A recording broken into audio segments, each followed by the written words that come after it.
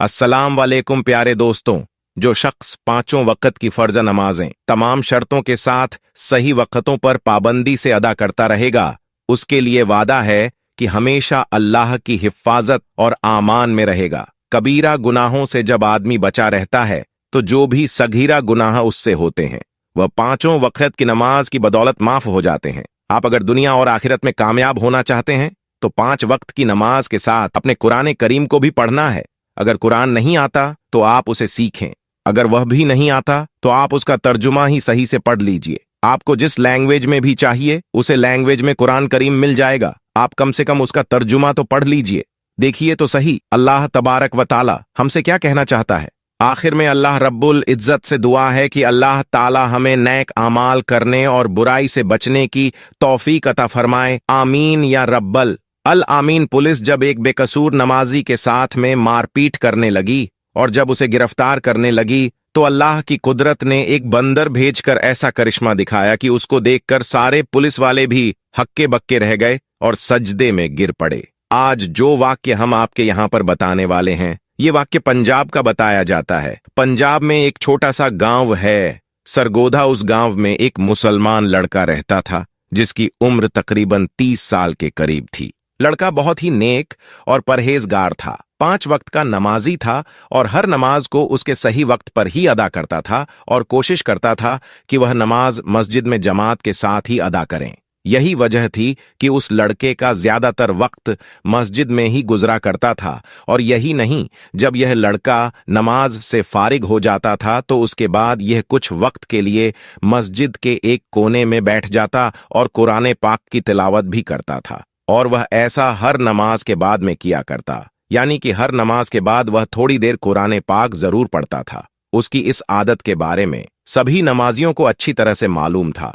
उस नौजवान का इस्लाम से इतना ज्यादा लगाव देखकर सारे लोग उस पर न सिर्फ नाज करते बल्कि उसकी बहुत ज्यादा इज्जत भी किया करते थे। यह लड़का हर किसी से बहुत अच्छे से पेश आया करता था और कोशिश करता था कि उसकी वजह से कभी भी किसी का दिल ना दुखे। और यही नहीं, वह हरदम यह भी कोशिश करता रहता वह किसी जरूरतमंद की मदद भी कर सके। इसी वजह से गांव के सारे लोग उसके 1 लाख के दीवाने थे। लेकिन उसकी दूसरी तरफ उस नौजवान का एक छोटा भाई था जो बहुत ही अय्याश किस्म का था। हर वक्त दुनिया के लालच में रहता था और हर वक्त पैसों के पीछे ही भागता रहता। फिर कुछ दिन गुजरे कि एक दिन अचानक उनके वालिद का इंतकाल हो गया। उस सदमे के बाद में बड़ा भाई अंदर ही अंदर से टूट गया, इसीलिए फिर वह ज्यादा वक्त मस्जिद में ही गुजारने लगा था। वहीं दूसरी तरफ उसका छोटा भाई हर वक्त यह कोशिश करता रहता कि वह किसी न किसी तरीके से अपने बड़े भाई की जमीन हड़प ले और उसकी जमीन को अपने नाम कर ले। यानी कि वह इस कोशिश में रहने लगा कि वह कैसे भी करके बाप की जमीन में से बड़े भाई का जो हिस्सा था वह अपने नाम करवा ले। इसीलिए फिर छोटे भाई ने अंदर ही अंदर बड़े भाई के खिलाफ साजिशें रचना शुरू कर दी, मगर वह किसी भी तरह से अपने इस मकसद में कामयाब नहीं हो सका। उसके बाद जब छोटे भाई की तमाम कोशिश बेकार हो गई तो फिर एक दिन छोटे भाई ने सोचा कि क्यों ना वह उसके लिए अपने बड़े भाई की सबसे पसंदीदा चीज यानी कि मस्जिद का इस्तेमाल करे। इसीलिए फिर वह सोचने लगा कि वह अपने बड़े भाई को मस्जिद के ही किसी काम में फंसवा दे। और छोटे भाई ने एक प्लान बनाया कि वह किसी न किसी तरह से अपने बड़े भाई को मस्जिद की चोरी में फंसा दे, जिससे वह मस्जिद में जाने से रुक जाए। और उसको यह भी मालूम था कि उसका बड़ा भाई 5 वक्त का नमाजी है और मस्जिद से बहुत ज्यादा लगाव भी रखता है, इसीलिए वह मस्जिद के बगैर नहीं रह सकता। इसी वजह से छोटे भाई ने सोचा कि अगर वह अपने बड़े भाई को मस्जिद में जाने से रोक देता है तो फिर वह उसके बदले में जमीन का मुतालबा कर सकता है। और यकीनन बड़ा भाई नमाज और मस्जिद को अहमियत देते हुए उसकी वह अपनी जमीन दे देगा। फिर छोटे भाई ने एक मंसूबा तैयार किया। जमीन हासिल करने के लालच ने छोटे भाई को अंधा कर दिया था, इसलिए उस बदबख्त ने रात के अंधेरे में मस्जिद का कुछ कीमती सामान चुरा लिया, यानी उसने चोरी कर डाली। उसने मस्जिद का कुछ कीमती सामान उठाया और अपने घर ले आया और चोरी किए हुए सामान को उसने अपने घर में एक खुफिया जगह पर छुपा दिया और फिर पुलिस वालों के पास में जाकर अपने भाई पर इल्जाम लगा दिया और कहने लगा कि हमारी मस्जिद में जो चोरी हो गई है और मस्जिद का सामान चुराने वाला और कोई नहीं बल्कि इसका ही बड़ा भाई है। उधर दूसरी तरफ बेचारे बड़े भाई को इसके बारे में कुछ नहीं मालूम था वह वैसे ही मस्जिद में जा रहा था और सच्चे दिल से अल्लाह की इबादत कर रहा था और वैसे ही अल्लाह के सामने गिड़गिड़ा कर दुआएं भी मांगता था। वह अपनी हर दुआ में कहता कि ए अल्लाह, मुझे हर मुश्किल से निजात दे। अगर मैं कभी किसी बड़ी मुसीबत में फंस जाऊं तो मेरी मदद फरमाना। बड़ा भाई हर नमाज के बाद यह दुआ जरूर किया करता था। जैसा कि हमने आपको पहले ही बताया है कि चोरी के बाद में छोटे भाई ने उसका इल्जाम बड़े भाई पर लगा दिया था। इसीलिए अगले रोज बड़ा भाई नमाज के लिए मस्जिद की तरफ जा रहा था तो पुलिस वाले उसको ढूंढते ढूंढते उसके पास आ पहुंचे और मस्जिद के दरवाजे पर पहुंचकर पुलिस के लोगों ने उस नौजवान से कहा कि तुम्हें गिरफ्तार किया जाता है। तो यह सुनकर बेचारा बड़ा भाई बहुत घबरा गया और पुलिस वालों से पूछने लगा कि मैंने क्या किया है, मेरी क्या गलती है, मेरा कसूर क्या है, मैंने क्या जुल्म किया है, आप मुझे क्यों गिरफ्तार कर रहे हैं? मेहरबानी आप मुझे मस्जिद के अंदर जाने दें, मुझे नमाज के लिए देर हो रही है। इस बार पुलिस वालों ने उसे बताया कि तुम पर मस्जिद का कीमती सामान चोरी का इल्जाम है, इसलिए हम तुम्हें गिरफ्तार करते हैं। यह सुनकर बेचारा वह बड़ा भाई हक्का बक्का रह गया और सोचने लगा कि यह कैसे मुमकिन है और उस पर यह इल्जाम किसने लगाया होगा, लेकिन उसे कुछ भी समझ में नहीं आ रहा था। इसलिए वह वहीं जमीन पर बैठ गया और अल्लाह से मदद की गुहार लगाने लगा और अल्लाह से दुआ करने लगा। वह कहने लगा, या अल्लाह, मेरी इस मुसीबत की घड़ी में मेरी मदद फरमा। या अल्लाह, तू जानता है कि मैं चोर नहीं हूं, मैं कभी किसी की चोरी नहीं कर सकता और ना ही मैंने मस्जिद से यह कीमती सामान चुराया है। या अल्लाह, तू अपनी कुदरत से कोई ऐसा करिश्मा दिखा कि सब लोग यह मानने पर मजबूर हो जाएं कि मैं बेकसूर हूं। पुलिस को मस्जिद के दरवाजे पर देखकर आसपास के बहुत सारे लोग भी जमा हो गए और वह सब पुलिस वालों से कहने लगे, इस लड़के को हम अच्छी तरह से जानते हैं, यह लड़का बेकसूर है क्योंकि यह लड़का 5 वक्त की नमाज पढ़ने के लिए इस मस्जिद में आता है और इस लड़के के इखलाक भी बहुत अच्छे हैं। इसलिए हम सब गवाही देते हैं कि यह लड़का बहुत नेक है, यह कभी भी मस्जिद से चोरी नहीं कर सकता। इसीलिए जिसने भी इस बार इल्जाम लगाया है वह सरासर झूठ है। मगर उन लोगों की यह गवाही सुनकर पुलिस के लोग नहीं माने और कहने लगे कि हमको इस लड़के के खिलाफ पुख्ता सबूत मिले हैं, इसलिए हम इसको गिरफ्तार करेंगे। इतने में इस लड़के का छोटा भाई भी वहां पर आ पहुंचा और फिर वह अपने बड़े भाई को एक तरफ ले जाकर कहने लगा कि यह सब मेरा किया धरा है, मैंने ही तुम पर इल्जाम लगाया है। अगर तुमको तुम्हारी इज्जत प्यारी है तो तुम अपनी जमीन मेरे हवाले कर दो। तुम्हारे हिस्से में जो जमीन आई है वह मेरे नाम कर दो। तुम्हारी इज्जत मैं बचा लूंगा और तुम्हें जेल जाने से भी रोक दूंगा। और जो मस्जिद का कीमती सामान जो मैंने छुपा रखा है उसको मैं पुलिस के हवाले कर दूंगा। तो यह सुनकर बड़े भाई को बड़ा दुख हुआ। वह समझ गया था कि यह सब उसके छोटे भाई नहीं किया है। अभी वह छोटा भाई अपने बड़े भाई को यह सब बातें कह ही रहा था कि इतने में अल्लाह की कुदरत से कहीं से एक बंदर नमूदार हुआ।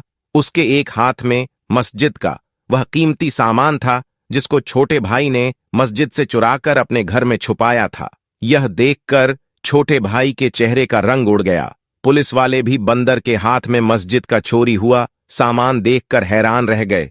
उनको मालूम हो गया कि वह जिस लड़के को गिरफ्तार करने वाले थे वह तो बेकसूर है। फिर उस बंदर ने उन पुलिस वालों को साथ ले जाकर बता दिया कि इसने छोटे भाई के घर से ही सामान उठाया है।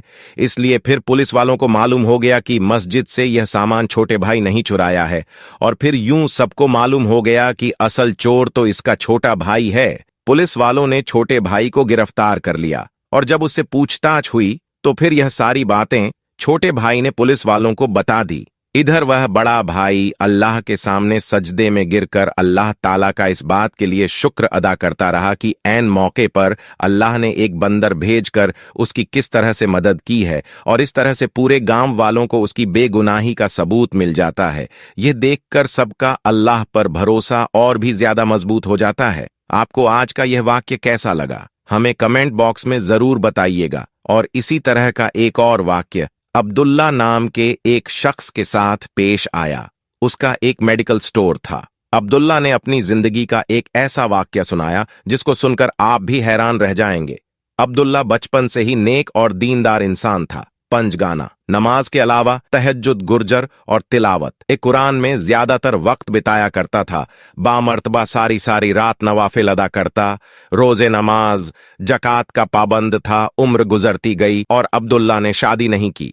घर वाले उस पर शादी का दबाव बनाने लगे। इस सूरत हाल और घर वालों के दबाव में आकर अब्दुल्ला को बिलाखिर शादी का फैसला करना पड़ा और अब्दुल्ला ने शादी कर ली। शादी के बाद अब्दुल्ला की जिंदगी एकदम बदल गई। अब रातों की इबादत आहिस्ता आहिस्ता कम होती गई और खासकर जैसे रमजान में ही ऐसा होता है, तहज्जुद भी छूट गई और नमाजों में भी कमी आने लगी। और एक वक्त ऐसा आ गया कि 5 नमाजों में गफलत होने लगी और फिर अब्दुल्ला अचानक मुश्किलात में घिर गया। मेडिकल स्टोर की आमदनी कम हो गई और कर्ज पर कर्ज चढ़ने लगा। अब्दुल्ला की जिंदगी खुशहाल थी, वह बुरी तरह से मुतासिर हो गई, हर वक्त टेंशन में रहने लगा। इस दौरान एक दिन एक शख्स मेडिकल स्टोर पर दवाई लेने आता है। अब्दुल्ला उस वक्त इस कदर परेशानी में था कि उसने उसे गलत दवाई दे दी, जिसकी वजह से वह शख्स मरते मरते बचा और उसने अब्दुल्ला पर केस कर दिया, जिसके बाद उसकी दुकान सील हो गई और उसका कारोबार पूरी तरह से बंद हो गया। इसी दौरान अब्दुल्ला के वालिद की भी तबीयत खराब होने लगी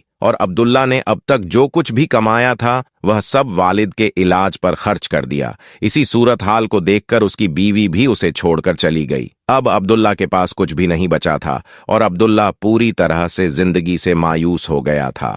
एक दिन अब्दुल्ला सहन ने अपनी मां की गोद में सर रखकर रो रहा था और सोच रहा था कि उसके साथ आखिर ऐसा क्यों हो रहा है। तभी अचानक उसकी नजर अलमारी पर पड़ी जहां कुरान पाक रखा हुआ था। उसको फौरन झटका लगा और समझ में आ गया कि उससे क्या भूल हुई है। वह फौरन उठा, वजू किया, नमाज अदा की, सजदे में गिरा, माफी मांगता रहा, रोता रहा, या अल्लाह, मुझे बड़ी गलती हो गई कि मेरी सारी उम्र तेरी मोहब्बत में गुजरी, तेरी इबादत में गुजरी और दुनियादारी में ऐसा खो गया कि तुझे ही भूल गया। उसके बाद उसने दोबारा पंजगाना नमाज शुरू कर दी और तहज्जुद और तिलावत एक कुरान भी करने लगा और हर रात अपनी गलती पर माफी मांगने लगा। प्यारे दोस्तों, अभी सिर्फ 9 ही दिन गुजरे होंगे कि तभी उसके घर में वह शख्स आता है जिसे अब्दुल्ला ने गलत दवाई दी थी। वह शख्स कहने लगा, तुमने मुझे जो दवाई दी थी उससे मेरी तबीयत तो जरूर बिगड़ी थी, मगर मेरी जो बीमारी थी वह करिश्माती तौर पर उसी दवाई से दूर हो गई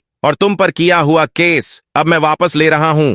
उसके बाद अब्दुल्ला को उसकी दुकान वापस मिल गई, यानी अब्दुल्ला ने अपना मेडिकल स्टोर वापस हासिल कर लिया और आमदनी पहले से ज्यादा बढ़ने लगी। उसने अपने वालिद का इलाज भी करवाया और उसकी बीवी भी वापस आ गई। जो कुछ होता है वह अल्लाह की मर्जी से होता है।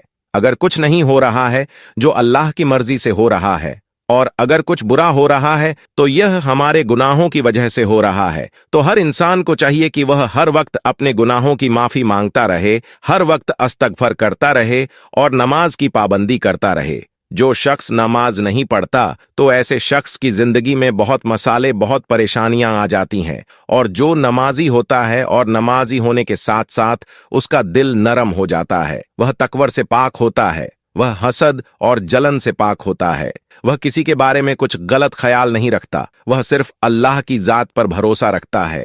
वह एक ऐसी जिंदगी गुजरता है जैसे एक अल्लाह का वली जिंदगी गुजरता है।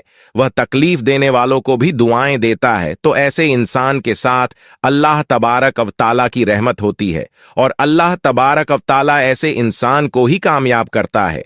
तो याद रखें कि हमेशा अच्छा सोचें, अपने बारे में अच्छा सोचें और उनके बारे में अच्छा सोचें। जो अपने लिए पसंद करो वही दूसरों के लिए भी पसंद करो, और जो जैसा गुमान करता है अल्लाह उसे वही आता फरमाता है। ऐसे तो हराम पैसे से इतने लोग कमाते हैं, करोड़ों कमाते हैं, लेकिन उसमें बरकत नहीं होती, उसमें सुकून नहीं होता। ऐसे लोगों को उन पैसों का कोई सुकून नहीं मिलता। उनका पैसा जैसे आता है वैसे ही खत्म हो जाता है। आज की इस वीडियो में बस इतना ही। ऐसी ही वीडियो हासिल करने के लिए चैनल को सब्सक्राइब कर दें और साथ में मौजूद घंटी के आइकॉन को क्लिक कर दें। शुक्रिया।